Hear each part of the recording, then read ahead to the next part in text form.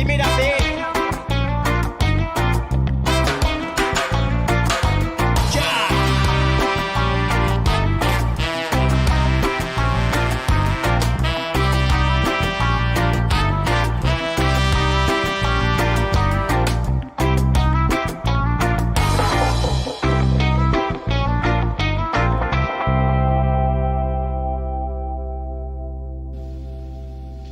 If you know black hair,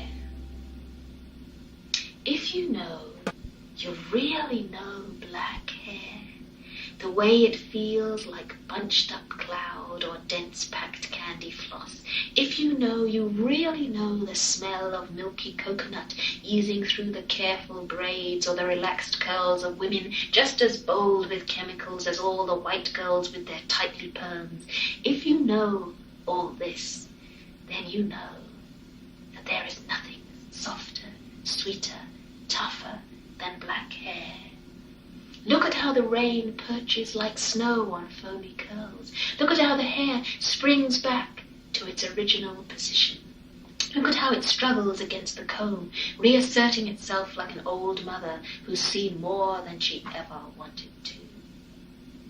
So when my mother smiles at my son's effervescent hair, and when I smile too, seeing bubbles brownly crown his head, we are rejoicing in the thing my father gave my son, a kind of indomitability.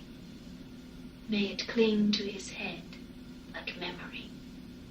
May hands that touch it feel the soft of strength.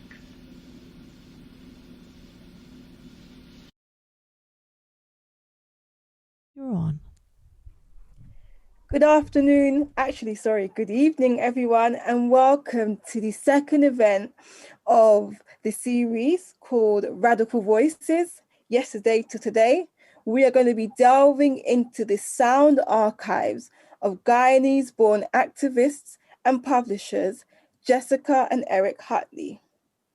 Now, to give you a bit of context about the Huntleys and the archives, from their first arrival in England in 1956, Jessica and Eric Huntley participated in many of the first significant grassroots campaigns for racial and social justice that occurred on the national and international scene. The Black supplementary school movement of the 1960s and 60s was something they were very, very involved in.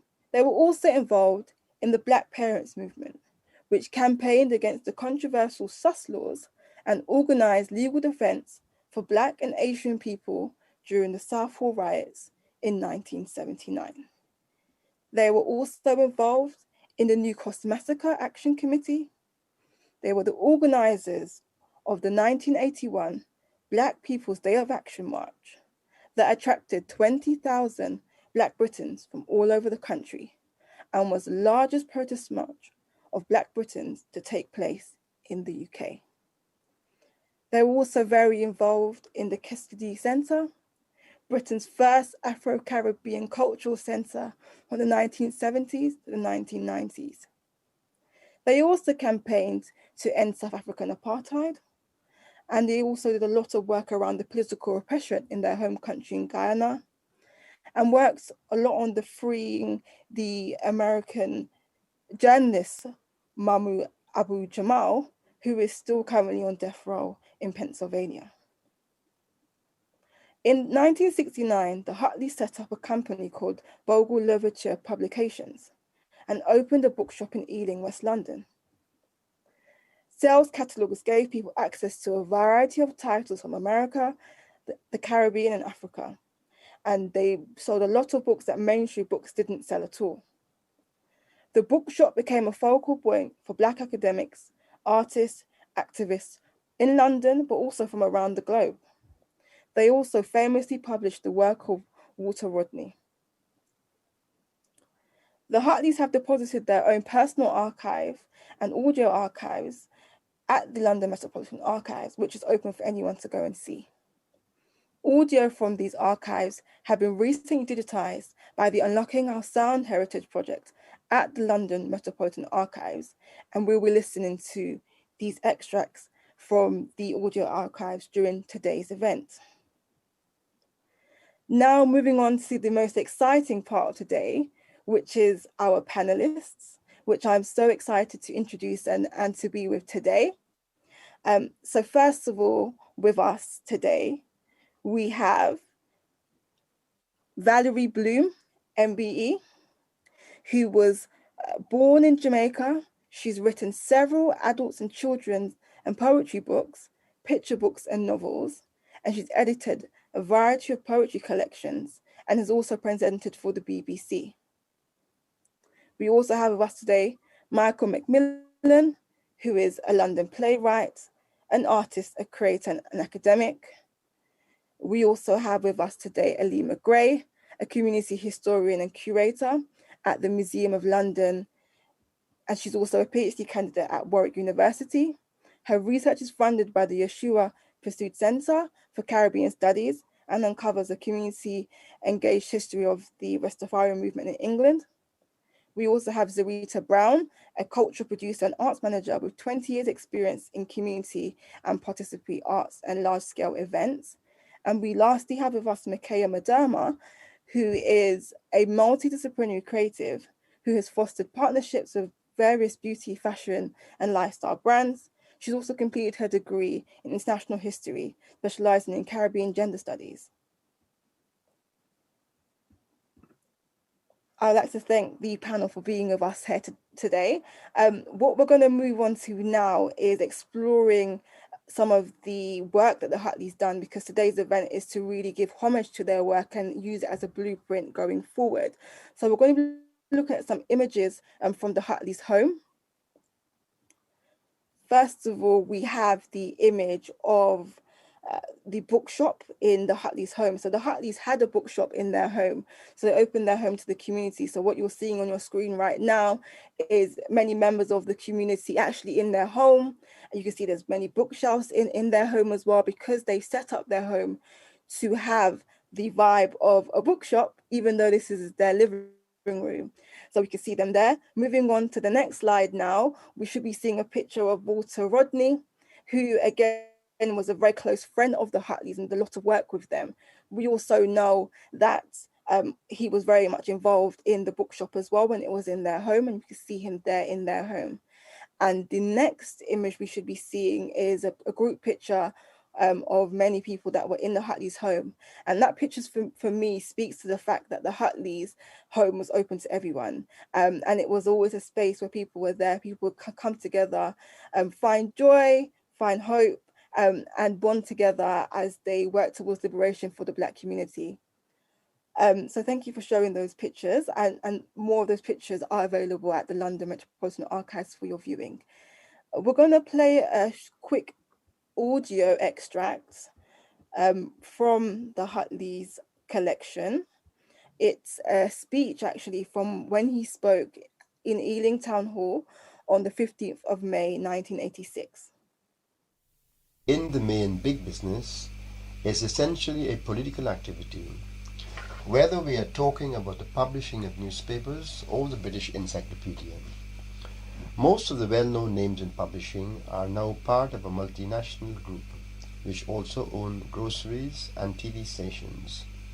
Although the ownership of publishing houses are clear for all to see, how does one come to the conclusion that publishing is a political activity? Over the past years, 50% of the books published in the UK are exported. This means for our part of the world, for example Africa and the West Indies, people still depend upon the dominant culture of European social values to shape and inform their understanding of the world around them.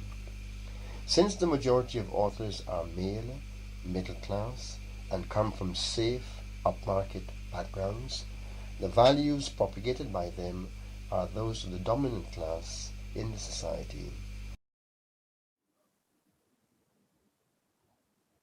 So we're moving on to our first question for today. In the audio, Eric Huntley mentions the power of literature in shaping dominant culture. The home is the first space where we learn about cultural and social values.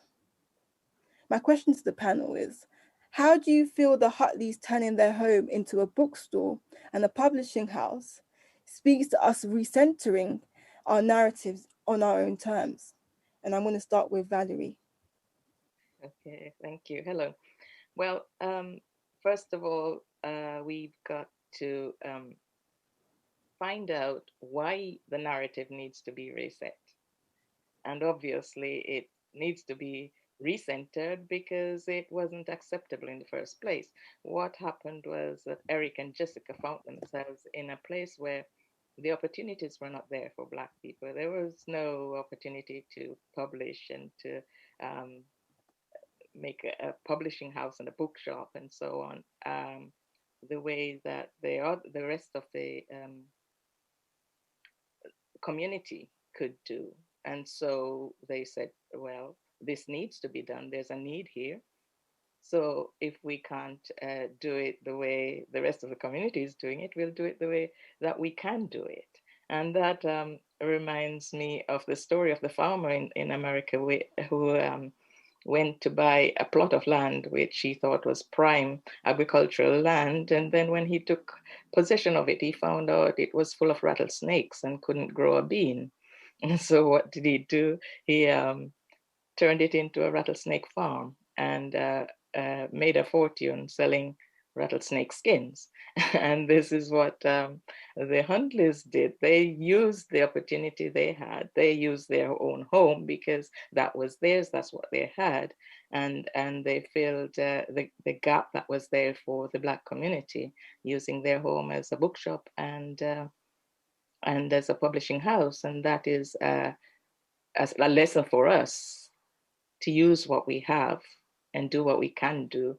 And when doors are closed to us, we chisel out our own doors.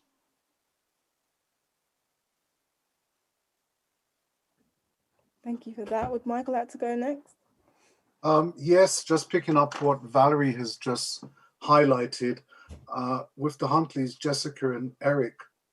In a sense, that was out of necessity. They, like a lot of Black people, the areas that we're often denied access to are the very areas that we begin to appropriate. So using their home was a make-do kind of strategy, in a sense, to facilitate something that wasn't available in terms of, we're talking about Black literature, publishing Black writers from the African diaspora. Because of course, at this time, during the 1960s, what do we have? We not only have literature, we have history, we have culture, which is quite Western, Eurocentric. Some would argue what's changed, but they're making a deliberate intervention. Now, Jessica and Eric would have been colonial subjects, yes. Guyana had not been made independence. The literature that they had grown up with would have been Jane Austen, Charles Dickens, and so forth. But they would have also been exposed at that time to the work, for instance, of Frantz Fanon, the work of the Negritude writers at that time during the 1950s. So in a sense, in opening the bookshop, but also the publishing house in their home in Windermere Road in West Ealing, was a strategy, a space to kind of create publishing for the Black community, of the Black community, with the Black community.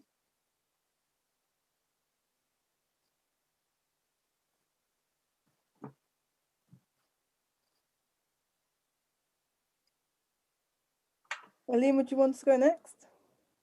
Yeah, sure. I think just adding to Valerie and Michael's points, I think the question of home as well, for me, I guess the story of the Caribbean diaspora is always entangled with questions of home.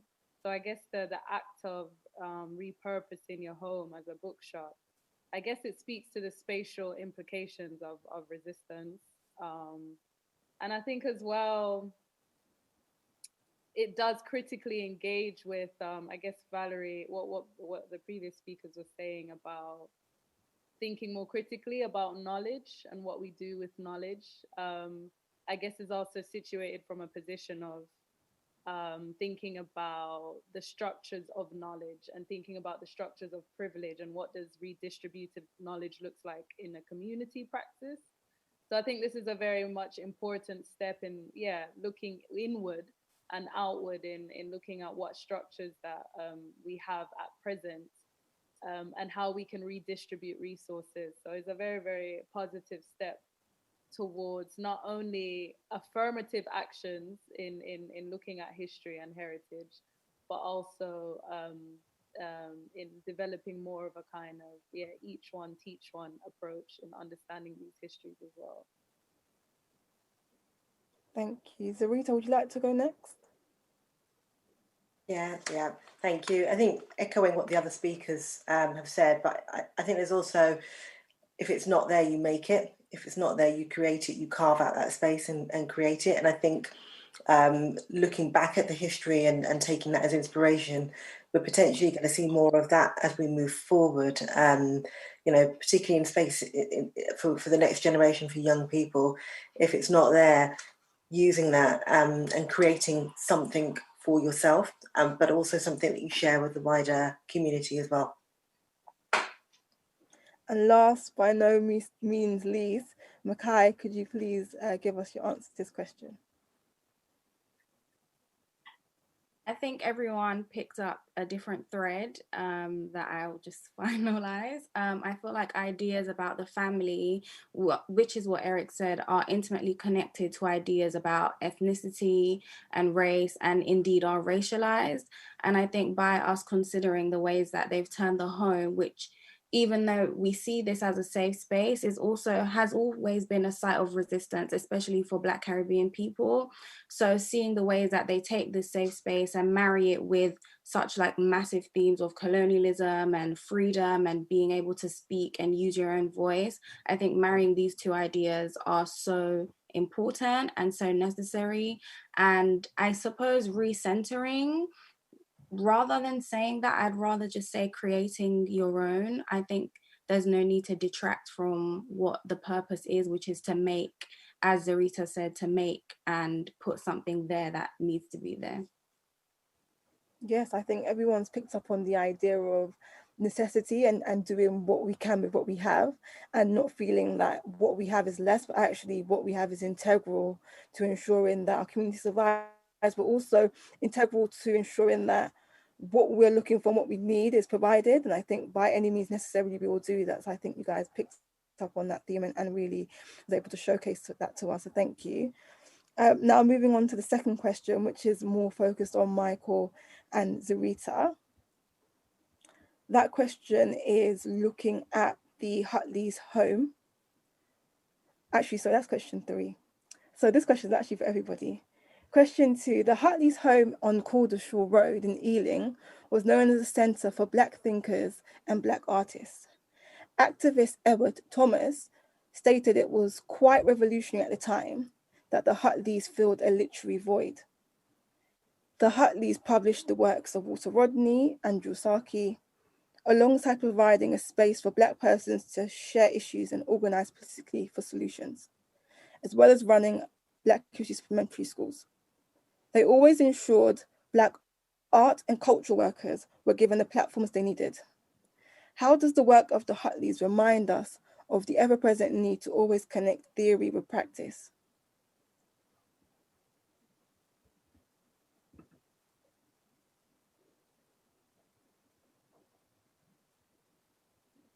Riley, would you like to go again first?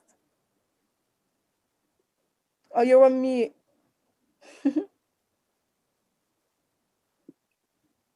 I was sure I'd unmuted that.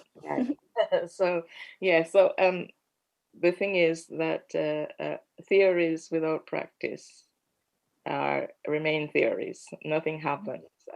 They never get things done. And the thing about the Huntleys is that they did things. That's why we are here discussing them now. It's because of all the things they did.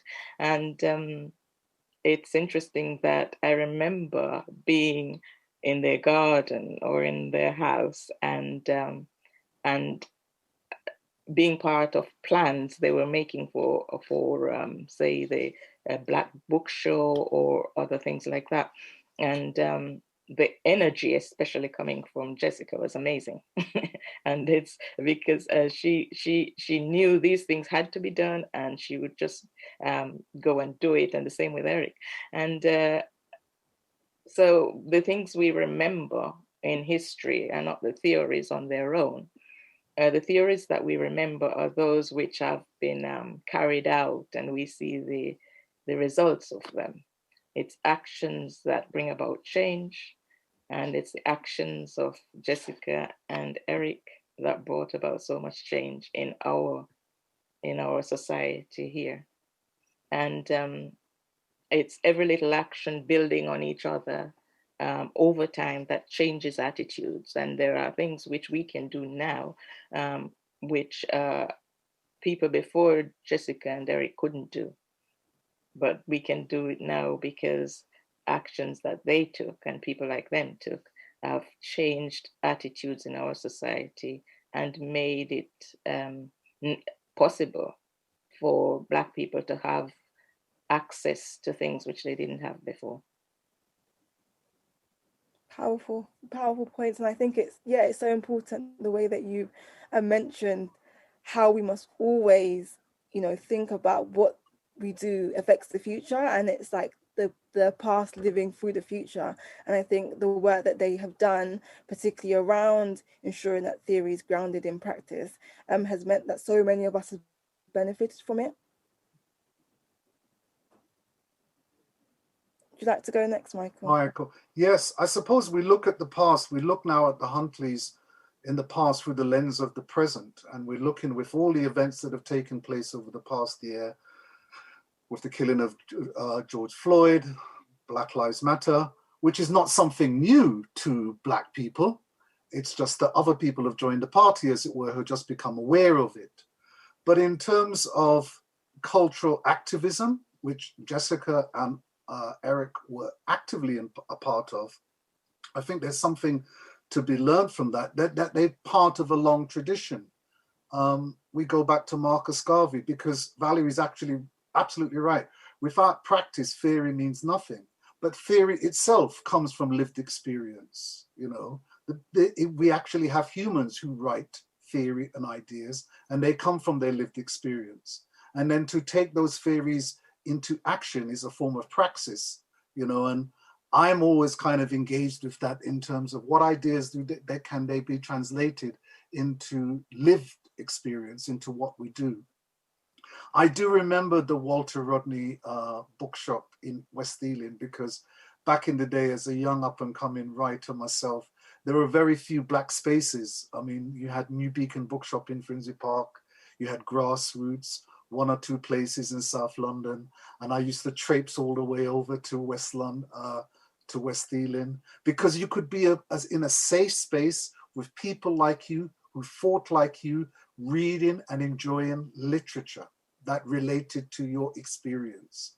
It's not as if we could find this basically in any other bookshops. And that's really important, having a space in their home where activists and writers and artists, remember at the time during the 1960s, we have the Caribbean artists movement. This is the time of real significant political change, the civil rights movement, Malcolm X, Martin Luther King, we have the emerging Black Power movement rising. So it's a hot time. And what Jessica and Huntley were on the crest of was a kind of cultural renaissance that comes into the 70s, comes into the 80s, and still continues, really, in a sense. We have the Black Arts movement that emerged in the kind of 1980s. I emerged as a practitioner during that time. We have the International Book Fair. We must remember the International Book Fair that Bogle Overture, which is Jessica and Eric set up, Race the Day Collective, and also New Beacon established, that ran for 25 festivals, I think, from 1982 to the 1990s, not only in London, but also in Manchester and Bradford.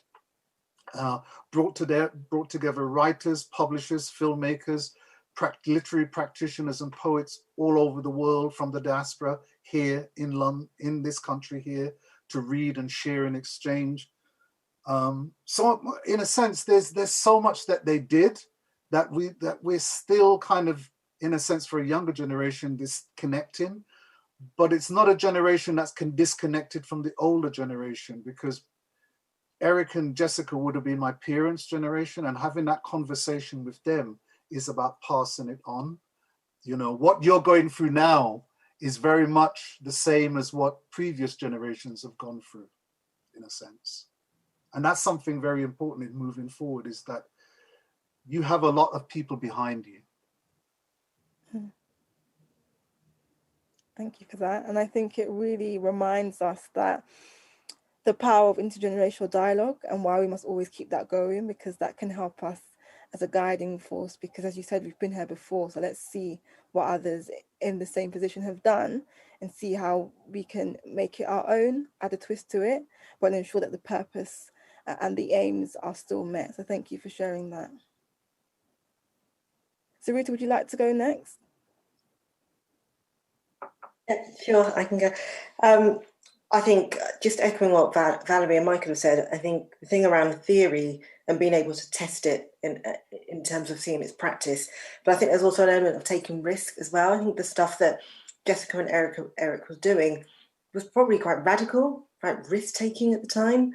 And I think, you know, without them taking those risks and having that radical approach to, you know, to their practice, they've laid down foundations for us and future generations. And I think absolutely what you said about the connecting of the intergenerational stuff, the learning from what has gone on before, very similar, it's happening again now. So how do we take that learning? How do we build on that and continue that work? Thank you. Aline, would you like to go next?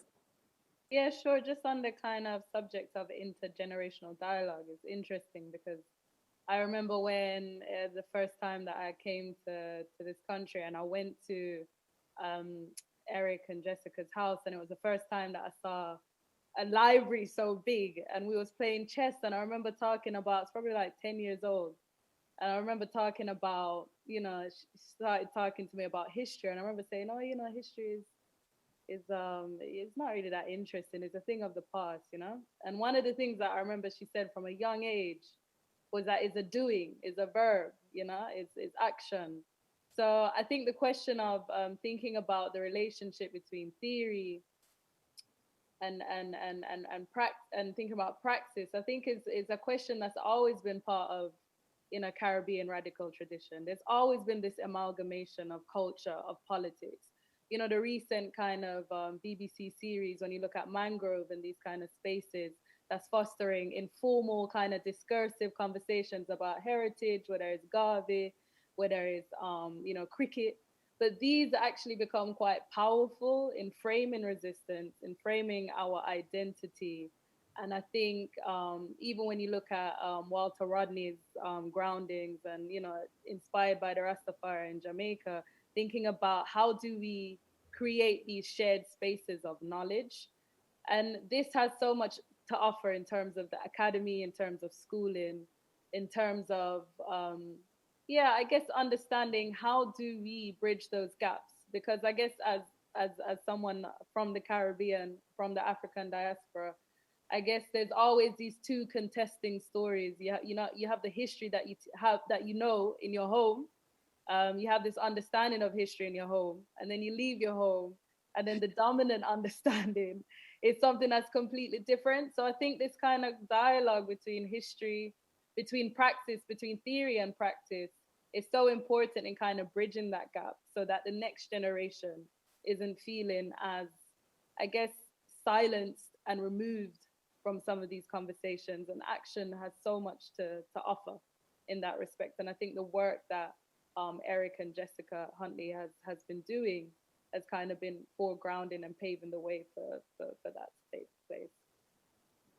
I like the point that you shared that you was in the Hutley's house and was still seeing their labour of love still continuing, because even when I went to their house in the late 2017, again, it was for a book fair that they had in their house, and, you know, you could still feel the energy and you could still feel the fire in the house. And I think for me, that's just so beautiful that even though it's been so many years, the passion and the love for the community is always there, because that's what keeps you going.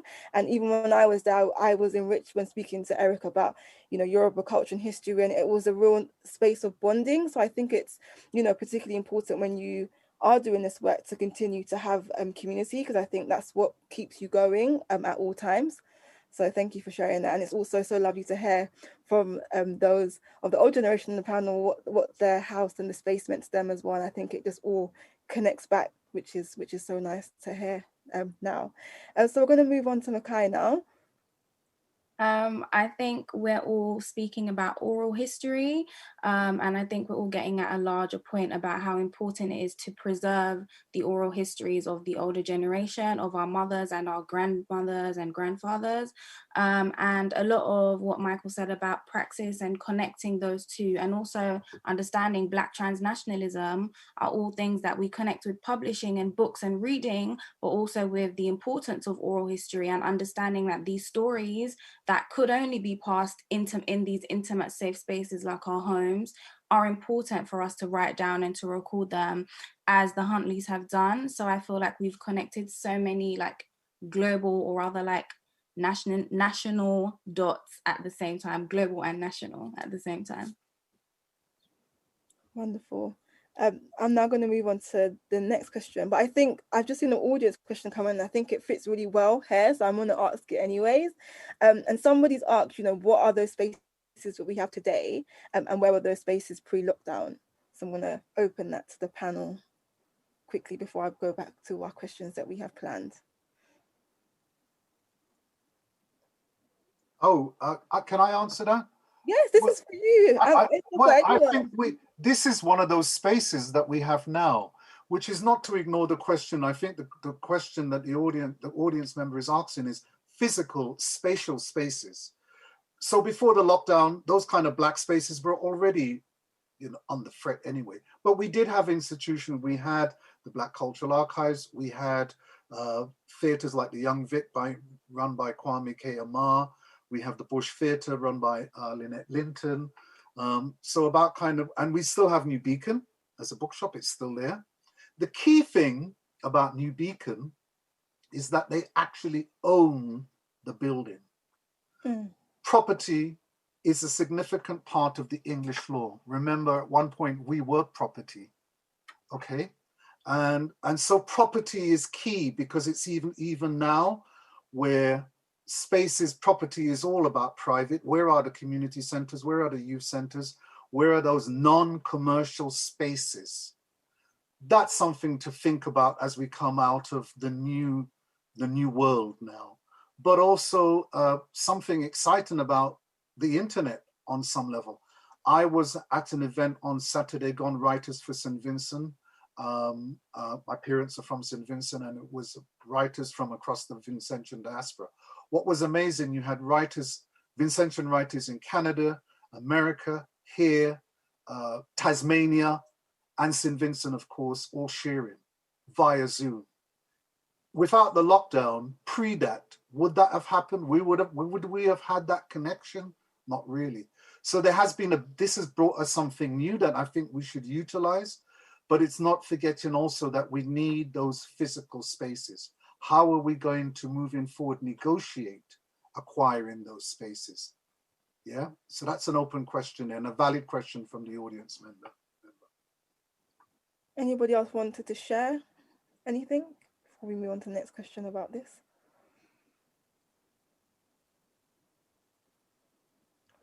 Well, no news is good news, so we're going to go to the next question. And this question is directed mainly at Zarita and Michael. So many people have described the Caribbean home as their first museum, and the first museum that they have actually ever known. In 2005, the Jeffrey Museum in East London held an exhibition on the Caribbean front room in the 1960s.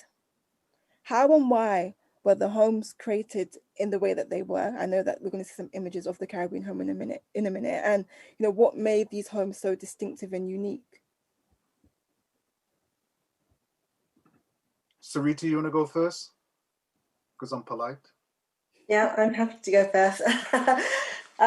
So, I mean, where I'm sitting at the moment is in what would have been the front room in my grandmother's house.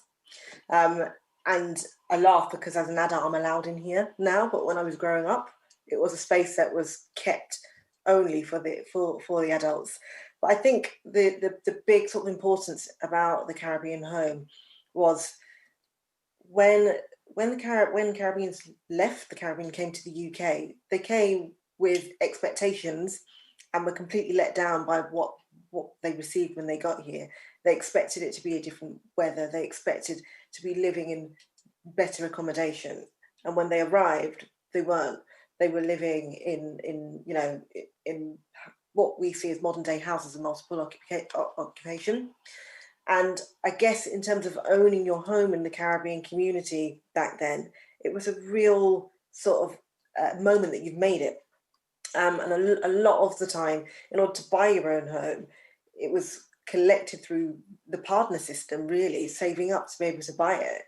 And once they bought their own home, they wanted to, there was the front room in particular was the room that was the pride of place, really. It was the place that connected them back to the Caribbean through photographs. They would send photographs back to their families to show that they've made it. They would also have images on the wall from the respective islands that they're from. There was also some unique things as well, which when I say unique, they were unique, but also found commonality within the Caribbean homes. Things like the picture on the wall of the Last Supper, for example, and that speaks to the home very much having a religious focus. A lot of Black churches, for example, started within the home. And there'd be images of, as I've said, family that connect them back to the Caribbean. There would also be music. Music was a really big part of a Caribbean home. The Blue Spot Gram was the pride of place that would play, Jim Reeves, for example. And that was a really big part of that home was the music, the laughter, the joy that front room brought to them. And also it was a space that they would do a lot of the entertaining. But as I mentioned right at the beginning, it was a space that very, very often children were allowed to go into it because it was the pride of place. Thank you, Zarifa. Well, that exhibition at the Jeffrey Museum was my exhibition. It was called the West Indian Front Room. And it was called West Indian because it was of a moment where West Indians came here and realized they were West Indian because they met other West Indians.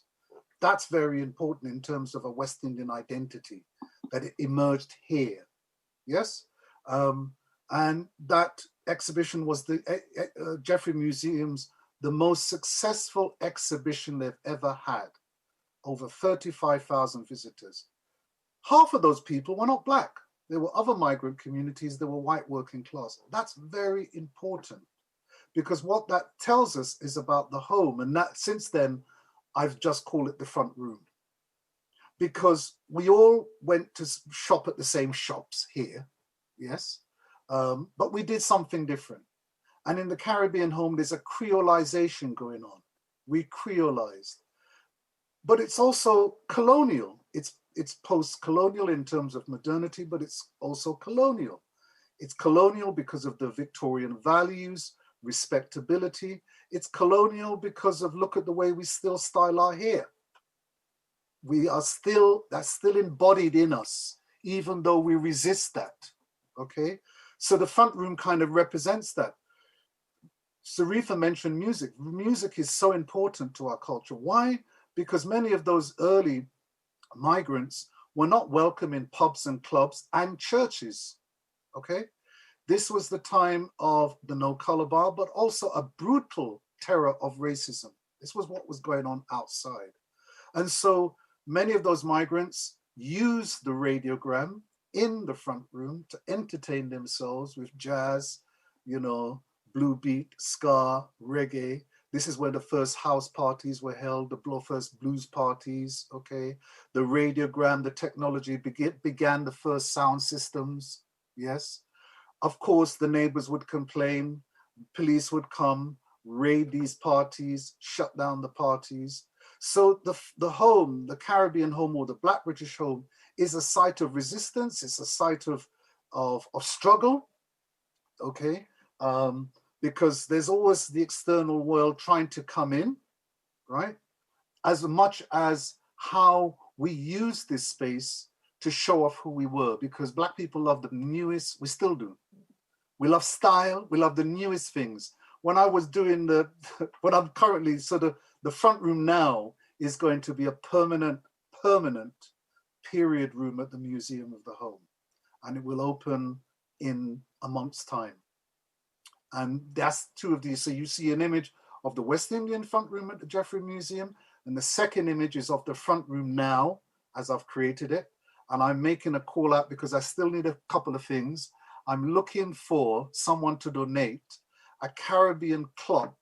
You know them wooden clocks? It's a kind of Caribbean souvenir in the shape of an island. And it was a big fashion back in the day. And I can't find any of them. I'm looking on eBay, can't find it. Asking people, I don't know, are people embarrassed that they've thrown those things away?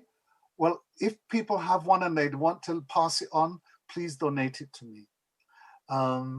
And your story will be registered within the installation, because for audiences, it's nice to have objects which humanize their experience. I'm also looking for the Last Supper picture. I really don't want a 3D version of it. It doesn't do it, you know. I mean, we might eventually use a 3D version. I was in Ridley today and I went into a Turkish shop and they had a 3D version of the Last Supper. And I thought, oh, that's not going to really do it. So I'm looking for one to donate. Otherwise, I may have to go on eBay, and I don't really want to go on eBay. I'd rather it come from someone personal, because one of the key things for me doing it is that we attach ourselves to things in the home because we come out of a history where we didn't have anything. So this idea of Black thinghood is so important. And people say we hoard. I don't quite believe that. I think we collect. And they're lovely collections that people have, whether that be the ornaments or the dolls or the records or so forth. So I celebrate our collections that we still have. I mean, that's the legacy of the front room, that we have collections. And mind you, these things are considered retro vintage now. So be very careful when you're thinking of throwing away that radiogram, okay? It costs money now. You know, there's a fetish for it. The drinks cabinet, you know, if it's in good condition, can cost a couple £100, as much as other kind of objects, such as the blow glass fish from Murano. The crochet is amazing. Crochet, you know, came from Europe, brought by the missionaries, taught to Caribbean women.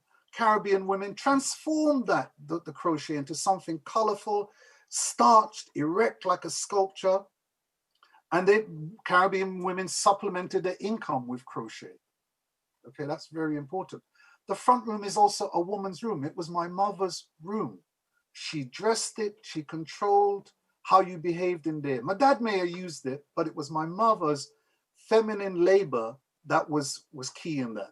And this is important for Black women because Black women are not often represented as proper mothers, good wives, yes? And the front room is a way that they could say, I am respectable. Yes, I'm a proper woman in a sense. And so the front room is very layered. It's a contradictory space as well, because you'd find a Last Supper next to a picture of Tina, who's got not much clothes on, and then you'd have alcohol going on there as well. The Last Supper is interesting because you don't have to be religious to have the Last Supper, because it's about saying to whoever you come in, I'm respectable. So respectability is a really interesting idea coming out of colonialism, I suppose, that we're still wrapped up with. And we say we're not part of it, but we still are in a way. And we see that in our bodies and the way we style our bodies.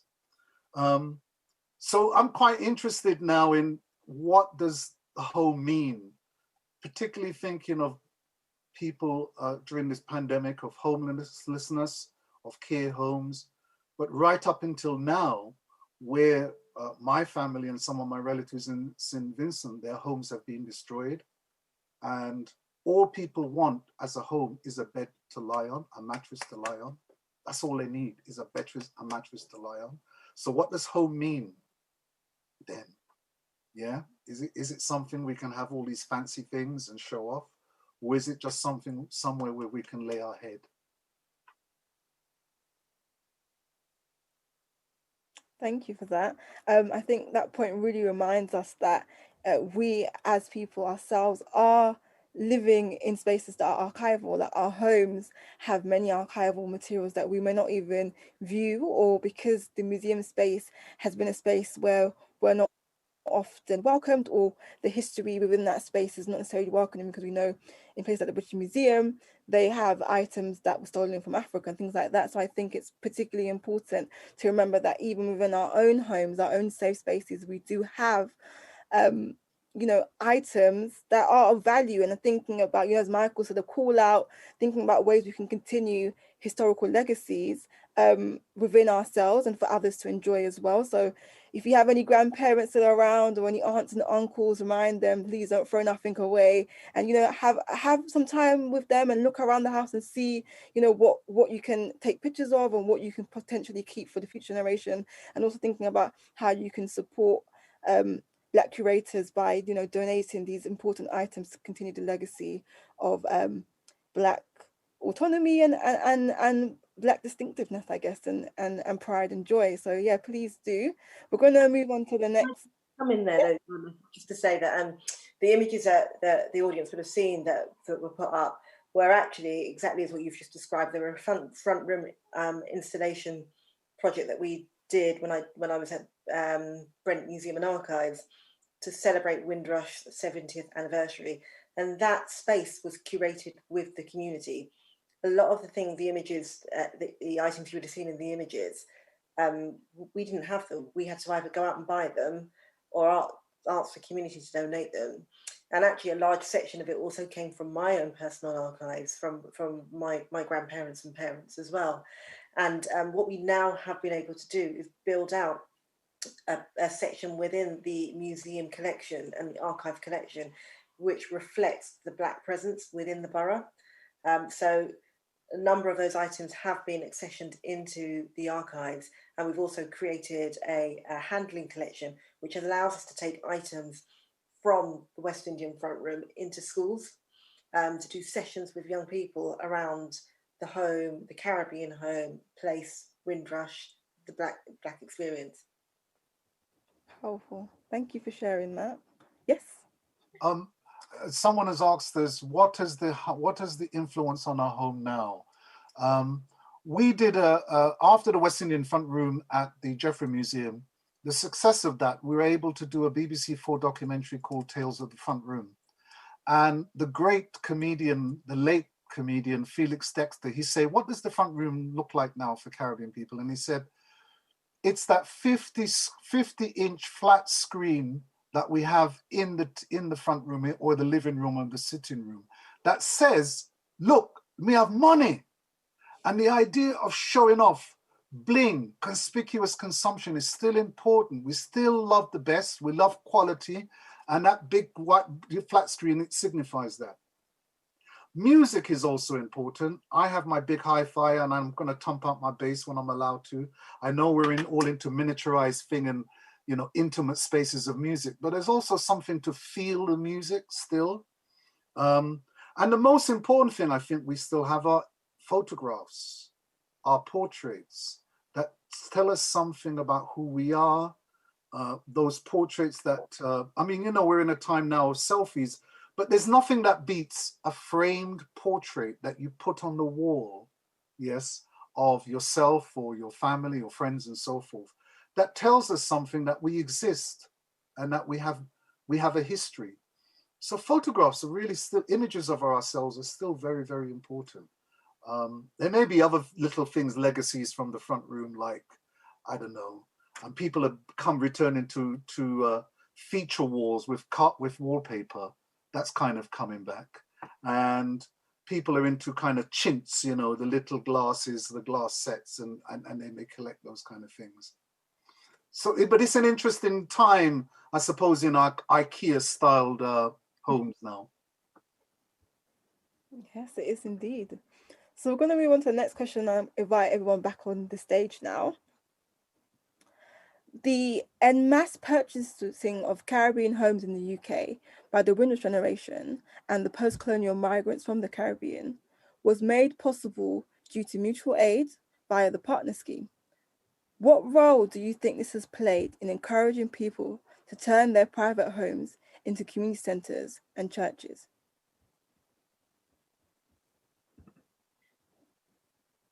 Well, for anyone who doesn't know, the partner scheme is a scheme where people would pool together. So every week they would put some money into this pool, and then at the end of the week, one person would get the pool, and so it would continue the next week and so on. And that way people were able to achieve their goals. They couldn't do it on their own, but they would come together as a community to help each other.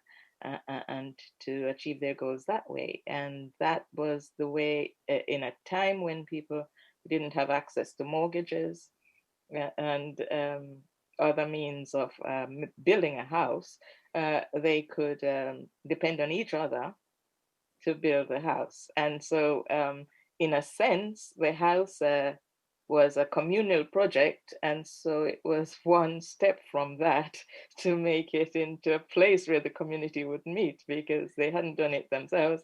The community had done it, so in a sense, it was a community house, and that way, that sense of community was strengthened. And then from there, it was easy to help each other in other ways as well, not just in building a house, but in planning how you can motivate the community to make themselves better and to achieve their goals in other ways, which basically is what the Huntleys did. And it's something that came from the Caribbean with them. And the Caribbean people, the partner is very much alive and kicking, and people would have this scheme to buy things they couldn't afford on their own. And it's a marvelous way of how you can achieve your goals if you work together. Yes, yeah. They say if you want to, I'm not going to remember the saying now. It's going to sound so smooth. Where it's gone, but you know, it takes a village. There we go. That does it. So I'm gonna give Michael and Zarita a break, but Michael's already unmuted himself, so he can go ahead. It's the partner hand. It's the partner hand. It's a form of micro. They call it susu. They call it elsewhere. They call it susu. It's the same thing, and it's micro banking, and it's still used in India, in Africa, across the developing world.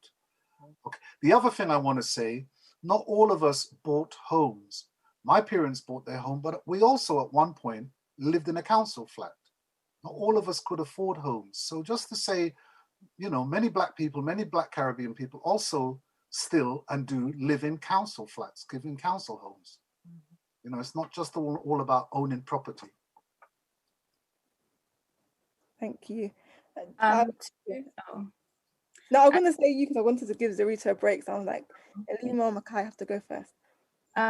Yeah, just to echo what Michael has said, when we think about ownership and property, I think it's really important for us to see it outside of the legitimate or law-based property owning or owning in general, because I think a lot of community-based activism or Caribbean activism is centered around the group, each other. And when we sometimes speak about ownership and property, it places a lot of emphasis on the individual and what one person can do and own and have. And I really think that separates us from what the true Caribbean ideology has been for so many years.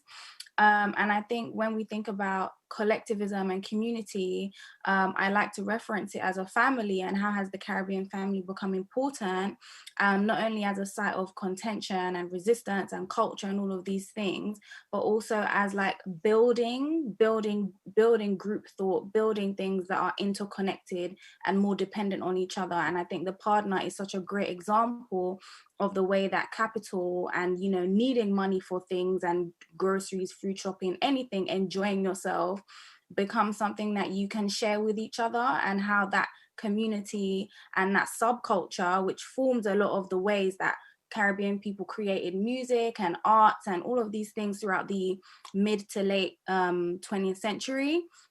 How we see all of these things grow is because of the community and because of the effort, and almost completely removed from property and ownership. So I think we should really divide those two things.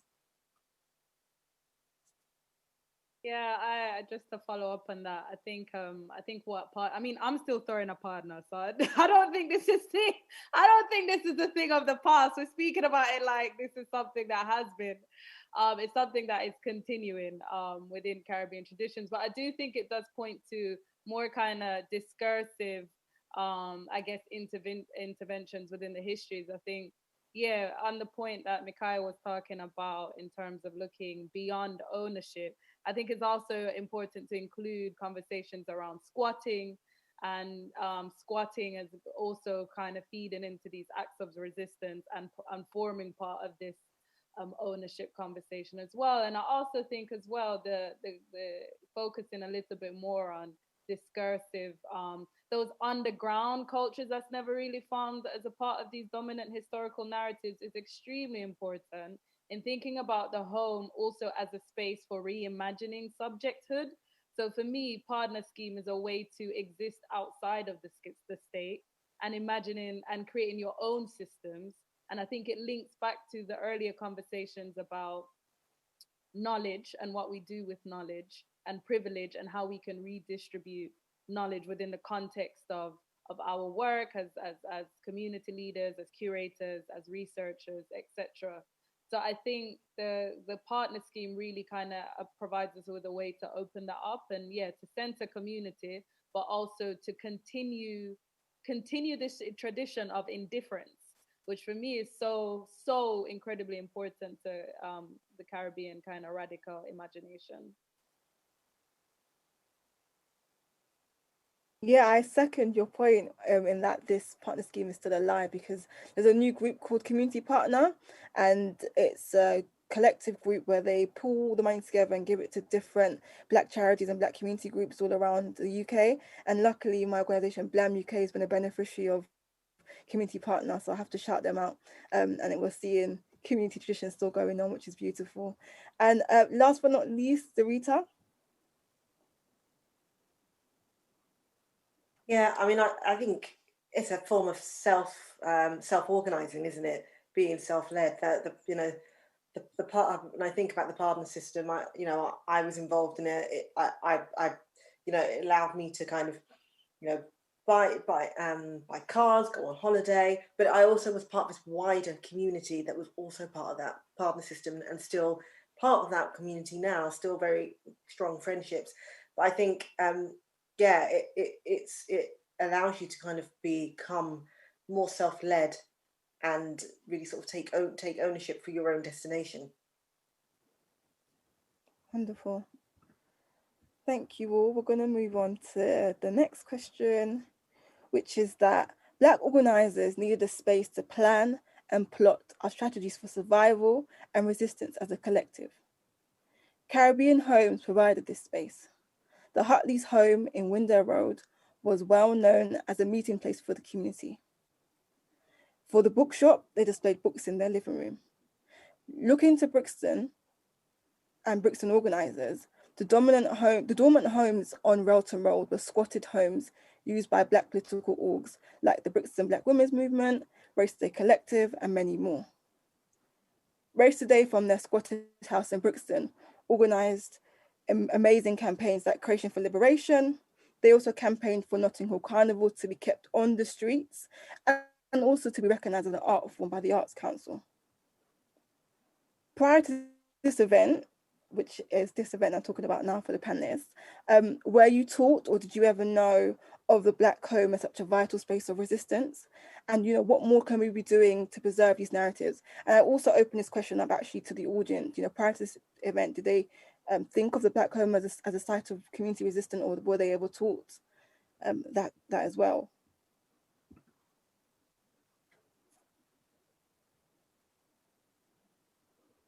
Who would like to go first? Elima hasn't gone first. I'm going to let her go first.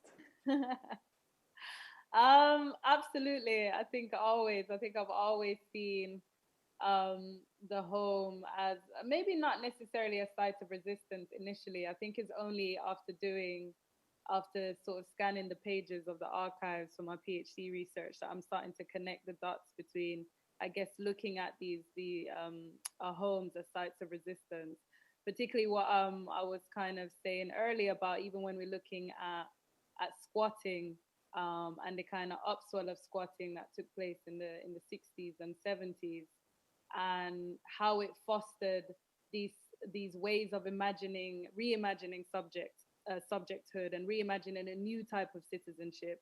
I use the example of just because it's something that I'm researching at the moment, the Rastafari HQ, which was in South London. So this actually initially started as a 10-bedroom house that they squatted in, and then initially, after being a squat, a place to reason, a place to ground, as Walter Rodney talks about, it then became a site for the Ethiopian World Federation. So then it became these trans-local connections are so important in kind of, I guess, always thinking about indifference and always situating oneself outside of the context of, colonialism, and thinking about how can we start to reimagine ourselves that moves beyond from a starting point of seeing whiteness at its starting point. How do we destabilize whiteness? So I feel like the home always kind of provided an answer to those questions.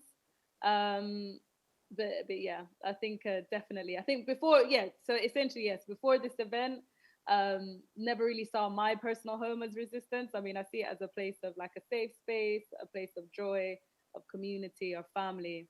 But I think definitely in history, looking at these spaces as archival material helps us to kind of reimagine, open up conversations around resistance. Okay, do you want to go next? Yeah, I think Alima, you're getting at some really good points, because I also didn't see my home as a site of resistance, but I think this speaks to how our individual histories are so different sometimes to a generic or the main narrative that we sometimes see around Caribbean collectivism and the home as a site of resistance, because I think a lot of us also associate the elder Caribbean generation with respectability politics and the motherland as the UK, and we see a lot of these tropes being carried out in the 50s and the 60s. So as well as we have the transnationalism, and we have the Black Atlantic, and we have all of this growing awareness of our socio-political positions in a lot of these places, there's also the other hand of the respectability politics and God Save the Queen, etc. So I think it's about how these paradoxical things sit with each other, and sometimes how these contradictions kind of marry each other in our experiences.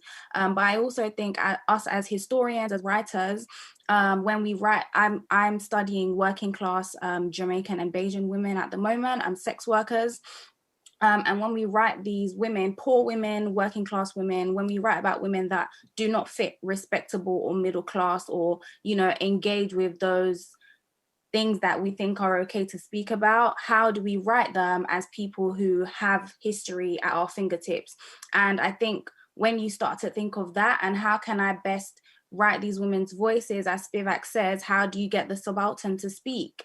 And how do you give that voice an accurate platform? And I think what this question kind of gets at is how us as historians can continue to preserve tradition, yes, but also to reimagine ways to bring new traditions forward. And as much as I think we are conserving history and acknowledging the trajectory and the arc of how the Caribbean islands have interacted with each other, both at home and abroad, I think we should also understand the ways that the 21st century has massively impacted the ways that second generation, third generation Black Caribbean people are interacting with each other. Thank you for that. Can I pick up on the point that Mahika and Alima are making about resistance and the kind of othering? What's interesting about squatting, that you talked about reimagining a new type of subjectivity. What's interesting is that, Race Today, Railton Road was a site of squats. That's what it was. really.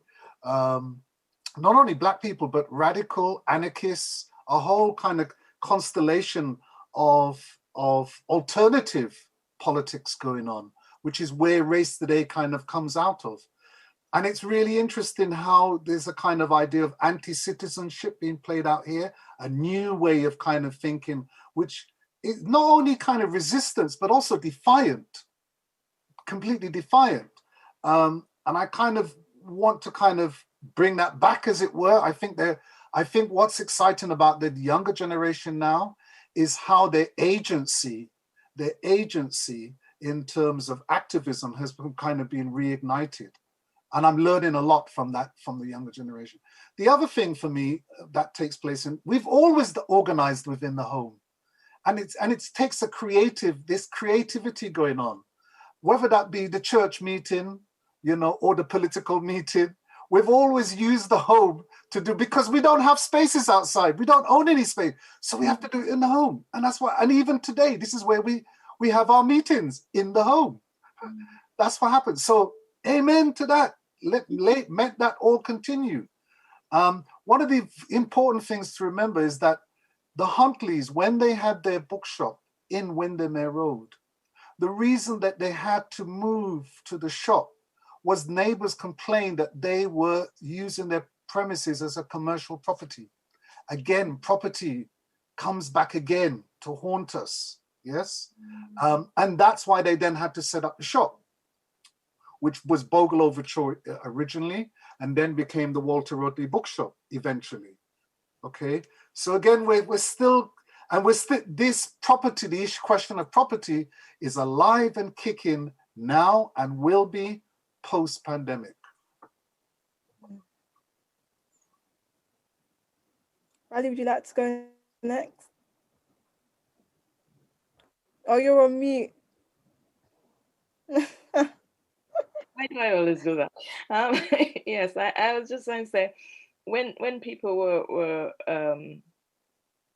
doing things in their homes, I don't think they sat down one day and said, okay, I'm going to make this space a space of resistance or anything like that. They just saw things needed to be done and they would do it. And as Michael was saying, it's always been done. It's something that's done in the Caribbean where we have space outside, but we'd still congregate in the home. And we would plan things there. I remember growing up and all the adults were sitting and putting the country to rights in the yard there, so that's something that they brought brought with them. As we do, we bring what we know and we use what we know. And here it was an amalgamation of the British culture and the Caribbean culture, in the sense that this space they didn't have access to other spaces. This was the space they had, but this was also the space they knew, so they used it. And there was something else I was going to say. Yes, and I just wanted to say that it's picking up on what others have said, that resistance takes all sorts of different forms. Yeah.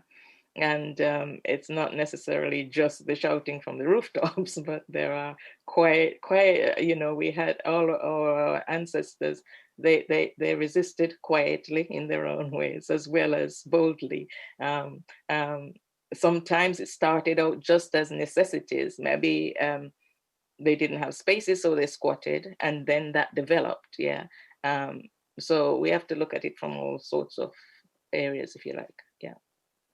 Yeah, I like the point that you mentioned about ancestors, because even thinking back to Walter Rodney and his research, he mentions a lot about the Pacific identity of Africans and the idea of collective community, which is very different to British individualism. And we see that collective community still alive in the diaspora, in African diaspora, seeing that collective ideas and doing things together as a community is something very much ingrained with us. So wherever we go, we will keep that community spirit alive, because that's where we are as a people. Our source has always been to be in collectivity with others. So I think that's so important to bring up. Zarita, do you want to go next? I think, yeah, just it takes a village, isn't it? Not just one person. And I think when I think about the home, and I think of it as resistance. I think about it as a space in terms of joy, but that joy could have also been a form of resistance. And I think back to, like, you know, the dominoes playing, the space there with, like, you know, the elder Caribbean, predominantly men that would come into, you know, one particular room. The women would be in the kitchen making the food. The kids would be running around sitting on the stairs. It was like that in pretty much every Caribbean home that you would go into. These were spaces that we created to be able to, you know, express ourselves, because we weren't able to express ourselves in those other spaces. And I think that is a lived experience that I've gone through and previous generations have gone through, but it's also an experience I try to pass on with my parents through my children and my parents, and trying to keep that sense of, you know, the home as a space of joy, but also resistance as well. In terms of reasoning, I mean, I grew up with, like, you know, my dad's from Rastafarian culture, so I grew up with my dad and his friends, a lot of reasoning. To me, it was just talking, but as I get older, I realize it's the reasoning. It's discussing the struggle. It's, you know, discussing how they're going to take things forward. It's discussing how they're going to create their own space, how they're going to get ownership of particular spaces as well. So yeah, I think there's a lot to learn from that, and certainly it's something that, as I said, I grew up with it, but not necessarily realizing what it was. And, you know, how do we document that? How do we capture that? How do we share that knowledge? Thank you. Now moving on to the next question. Beverly Bryan in The Heart of Race notes that historically dance has always been integral to Black culture. There is literally a dance for everything back in the land of our ancestors, Africa. A dance for death, a dance for birth, a dance for weddings, a dance for social occasions. For everything you can imagine, there's a dance. So dance rotated around our entire working life, and there was no distinction between the performer and the dancer. Everyone danced, everyone performed. When we were taken away from our mother country to the Caribbean and to the Americas, Black people danced because it was a link to our mother culture. Caribbean homes in the UK were able to recreate Black joy that often centered around cultural dances through shubs, 9 nights, love with rocks parties, house parties, church, all in the home. These served as cultural preserves and collective joy. How have you in your own life experienced these spaces of joy, and how important have they been in shaping your cultural identity in the UK? It's got a part 2 to it, so I think I will ask that after you finish the first part of this. Well, I have to say that my experience is not so much with dance as with song. And I think song in my experience played more of a central role than dance so much. Of course, there was the one she mentioned, but when you think of church and working in the fields and in the market, there were songs, yeah. And one of the reasons for that, I think, is because when our ancestors were taken from Africa, they didn't have very much opportunity for dancing except in private.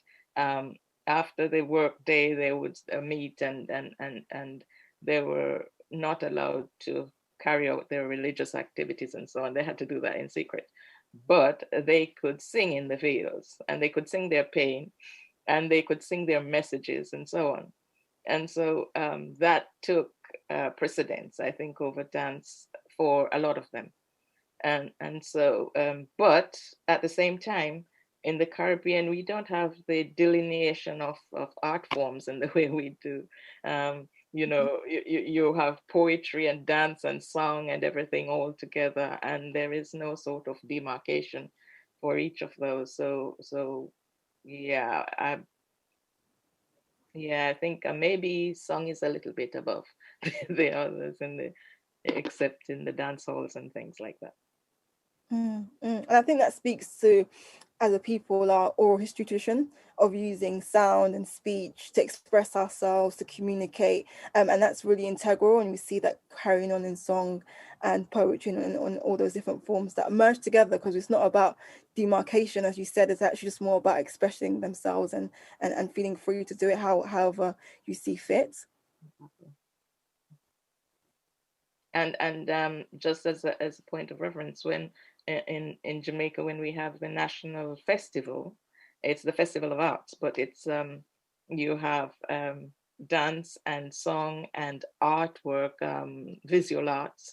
You even have cooking and needlework and all that sort of things. It's the idea that you're a whole person, and all these things make up your who you are, and you can't just chop off a piece and say this is important and this is not.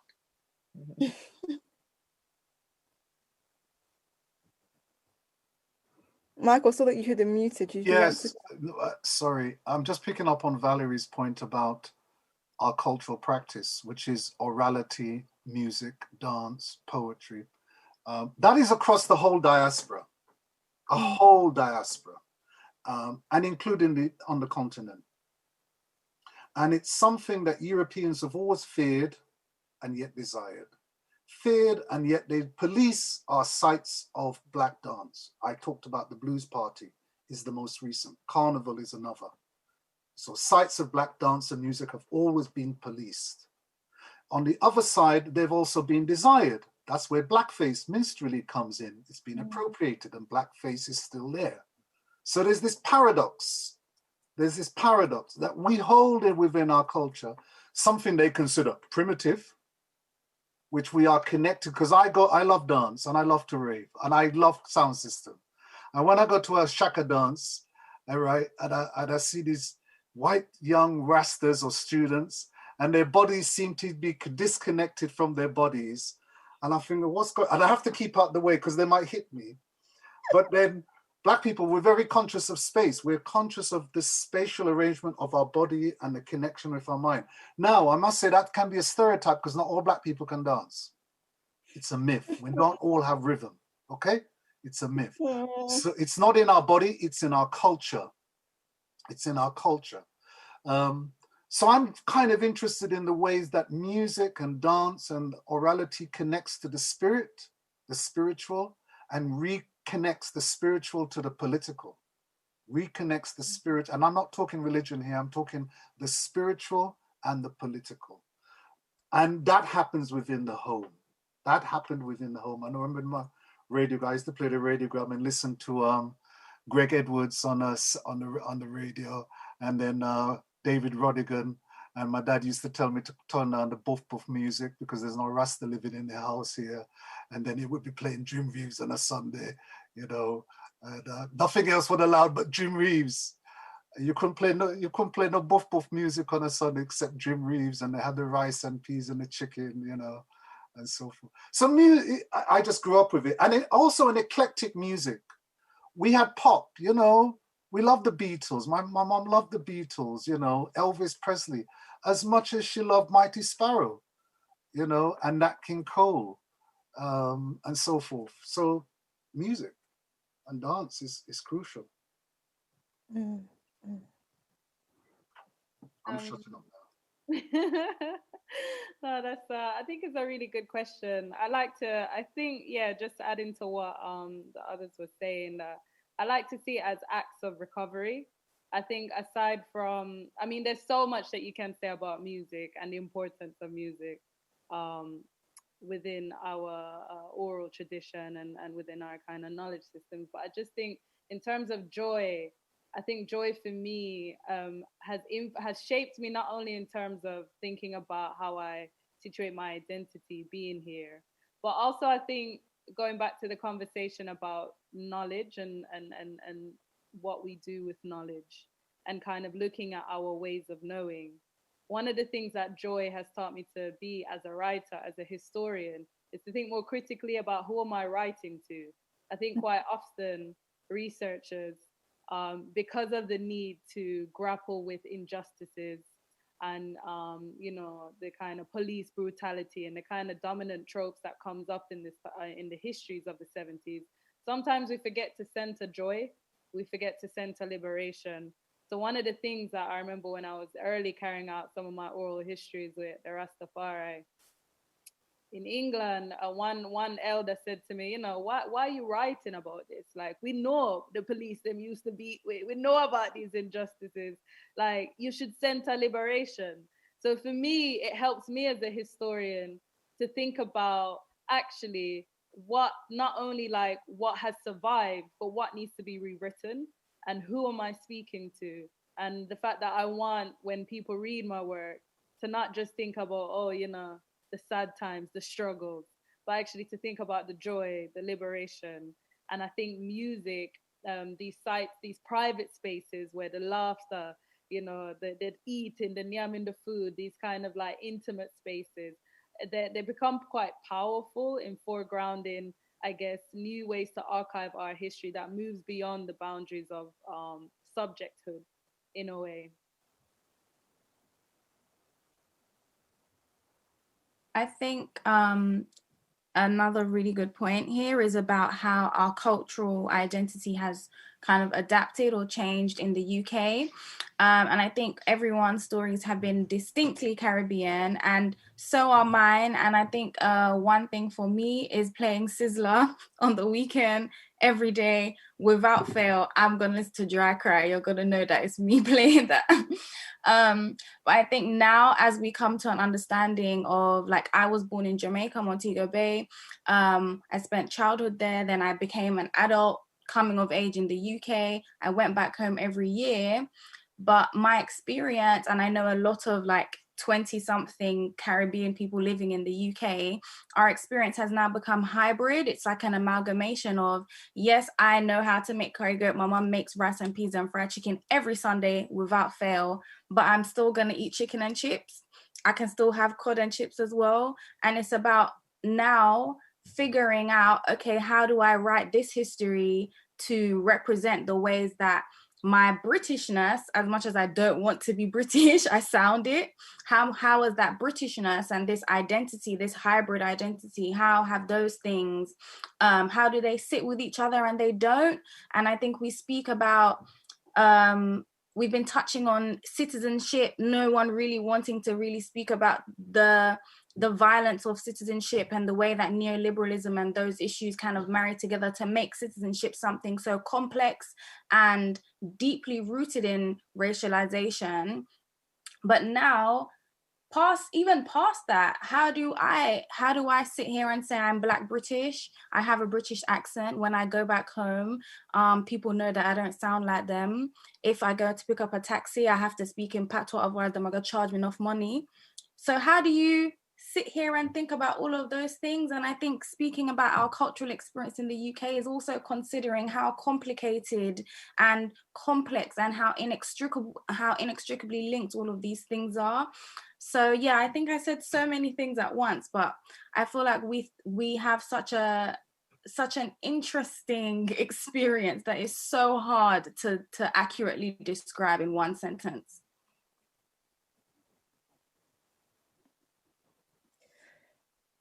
And I think just picking up on the question around, parties, music, I think that's probably the one thing. It's what connects us. It's what binds us, doesn't it? Music nourishes your soul.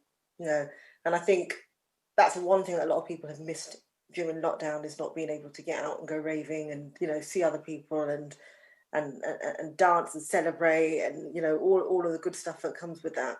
So I think like music, that whole sort of thing is a real sort of big part of the culture. But I think also it's looking back to, we talk about music and we look at sort of the UK and we look at Black British music.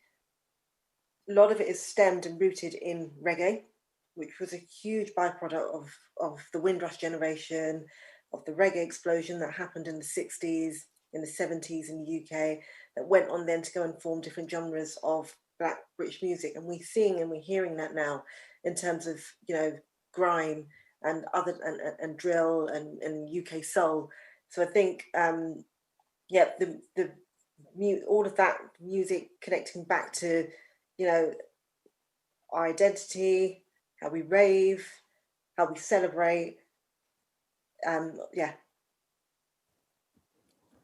Thank you, Zarita. You basically answered my second question, and I'm mindful of time. So I'm going to go to the last question so we can have some dialogue with the audience.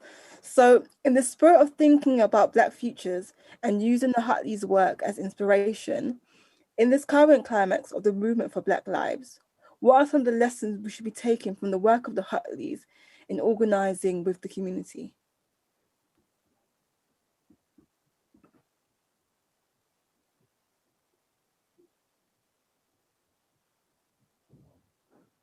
Who wants to go first?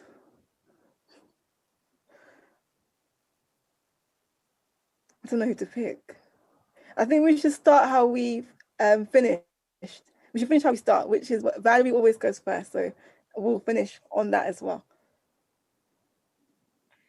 Okay, we look at what they did. First of all, they had a great love for the community. That came over in everything they did, everything they said. So the other thing, which was very noticeable when you went to the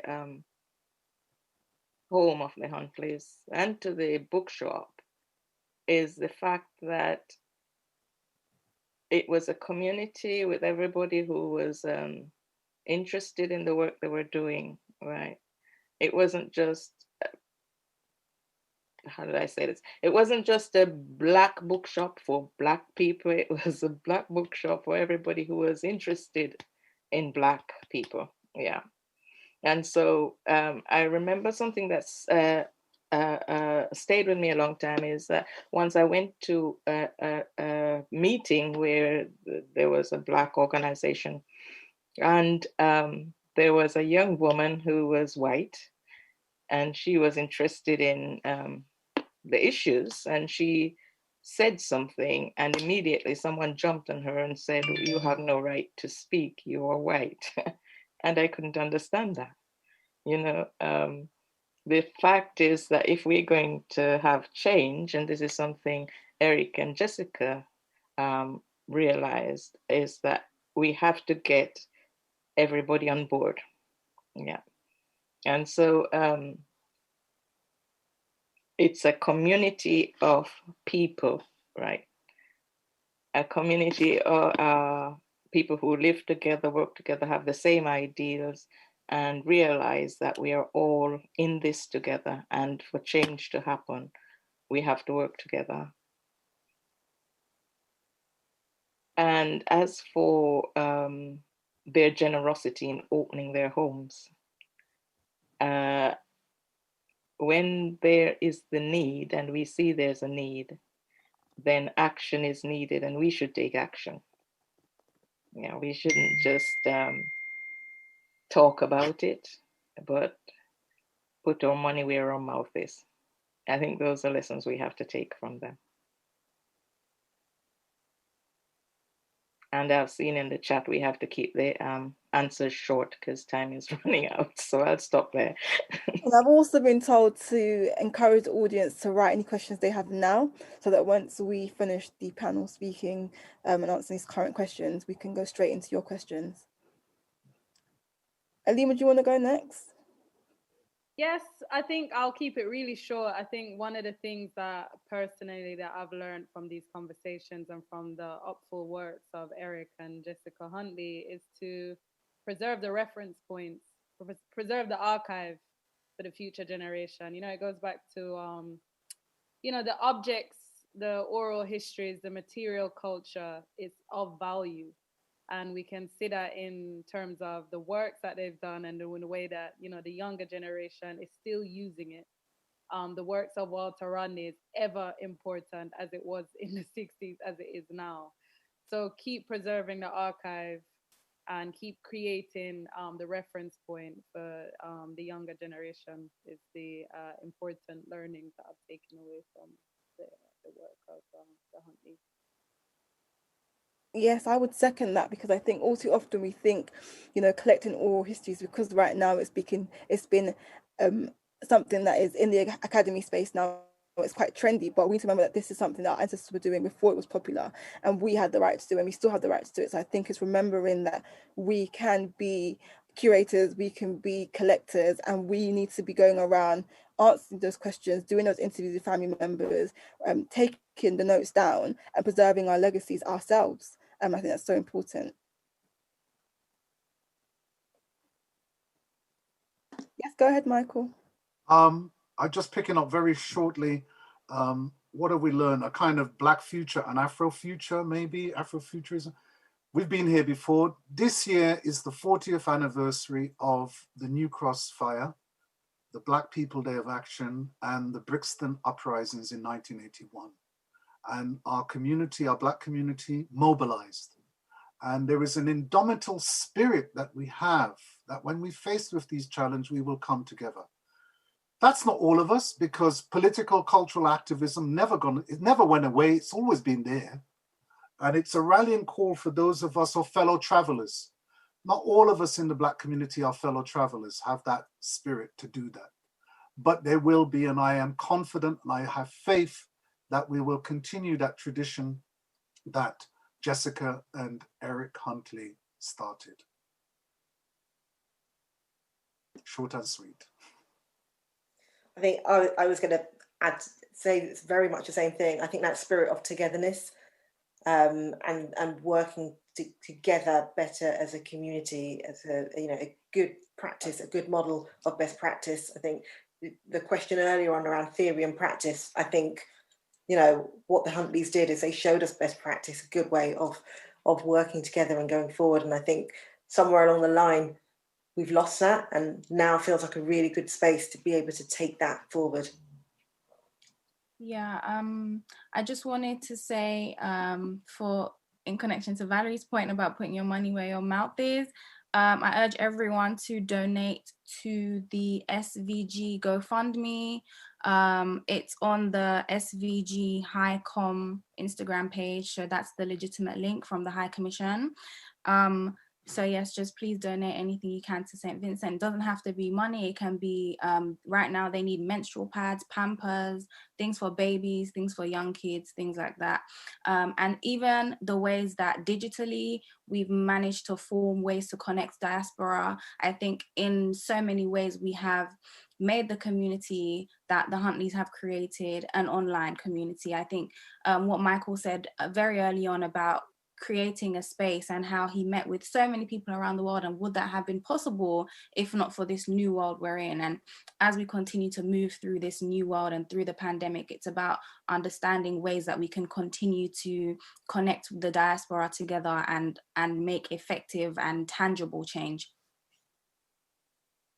And just to echo that point, I feel like it's really important to not wait for others as well. The Huntleys taught us that we can create spaces that we're looking for. So if we want a space like this, or similar space more localized to us, then we can create it ourselves and not necessarily waiting or looking for the space. If you can't find it directly, or it's not the space that you're looking for, how you think it should be, then go ahead and create it. I think that's so important in the spirit of reimagination and creating spaces that we need for times right now. So I think that's a really important thing to take away from today as well.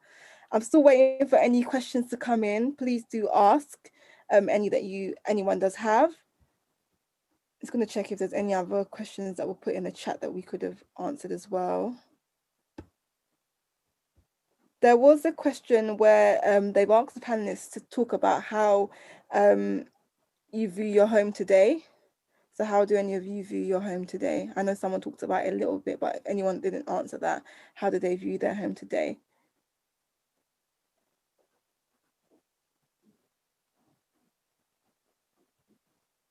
I'll say something.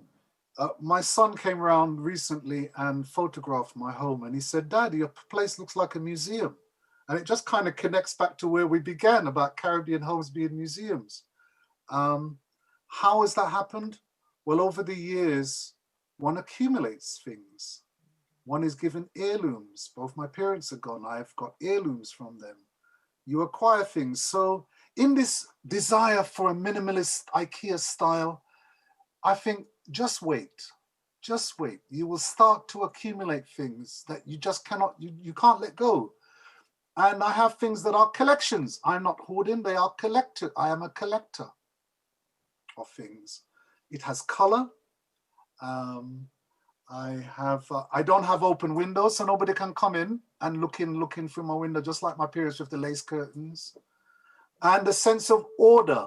Order is beauty, and beauty is order. That's how my home looks.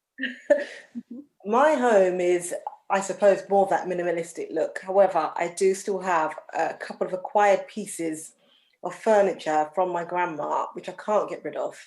So I'm collecting that. And one of those is the bar, a really fancy bar that you would see in Caribbean homes, and a wardrobe as well. But my parents' house is a little bit of a hybrid of a traditional sort of 1970s, 80s house, but trying to also be a bit more like up with the new technology.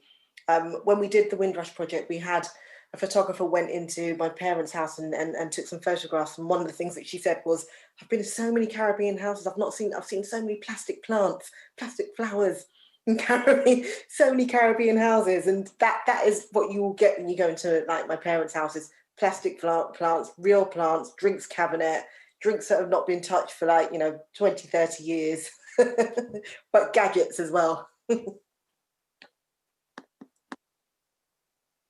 Yeah, I have to confess, I still have lace curtains.